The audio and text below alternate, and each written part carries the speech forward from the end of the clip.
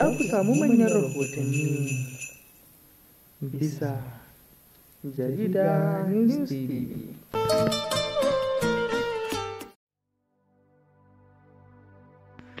Barka da haka mai sauraro kuma sannan mu da ƙara saduwa a cikin wannan tasha ta mai albarka.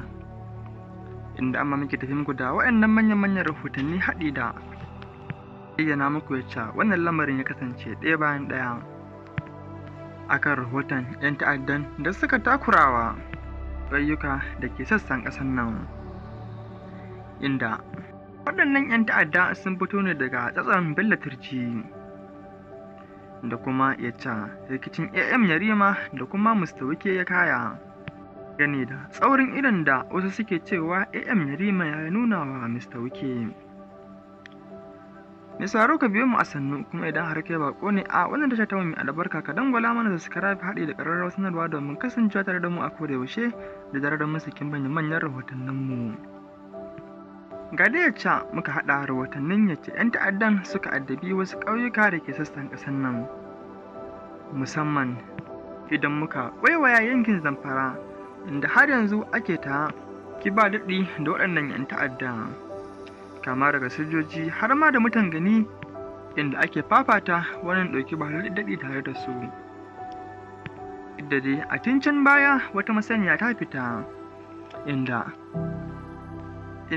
jihar ta amincewa duk wasu ƙauyuka da ake addaba da su rike makami domin kare kansu. Hakan kuwa ta faru da ko ba sojoji ba, waɗansu ƙauyukan suna ƙoƙarin kare kan nasu. A wannan lokacin da sojojin sun gwabza gumurzu da 'yan ta'addan ne, da kuma sojojin suka samu nasarar cafke wasu daga cikinsu da kuma kai wasu lahira. Amma sai dai wata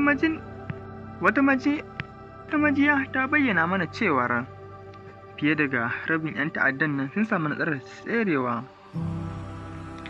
Wata majiya ta bayyana mana cewa fiye da rabin 'yan ta'addan nan sun samu nasarar tserewa daga hannun waɗannan sojoji. Kuma dai yaya ne za mu samu cikakken wannan rahoto nan ba da jimawa ba, tunda dai an samu nasarar da tafke wasu, ya ƙara ba mu wata babban nasarar. A dangane da batun AM Yarima da kuma Mustawike, lalle AM Yarima ana yaba masa sosai bisa wannan kokari da wasu mutane suke ganin yayi a dangane da ɗagawa Mustawike yatsa da yayi.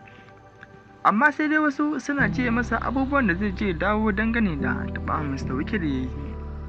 Lalle ya taɓa shi tunda har ya sa'insa da shi da mukarrabansa. A ce ƙaramin soji ya yi sa'insa da babban minista na jihar Abuja ko kuma na birnin tarayya Abuja. Lallai hakan ya ja hankulan al'umma da dama, kuma za mu kawo muku cikin wannan rahoto nan ba da jimawa ba. Kar dai an manta da subscribe Allah ke bisa wannan tashar tamu mai albarka.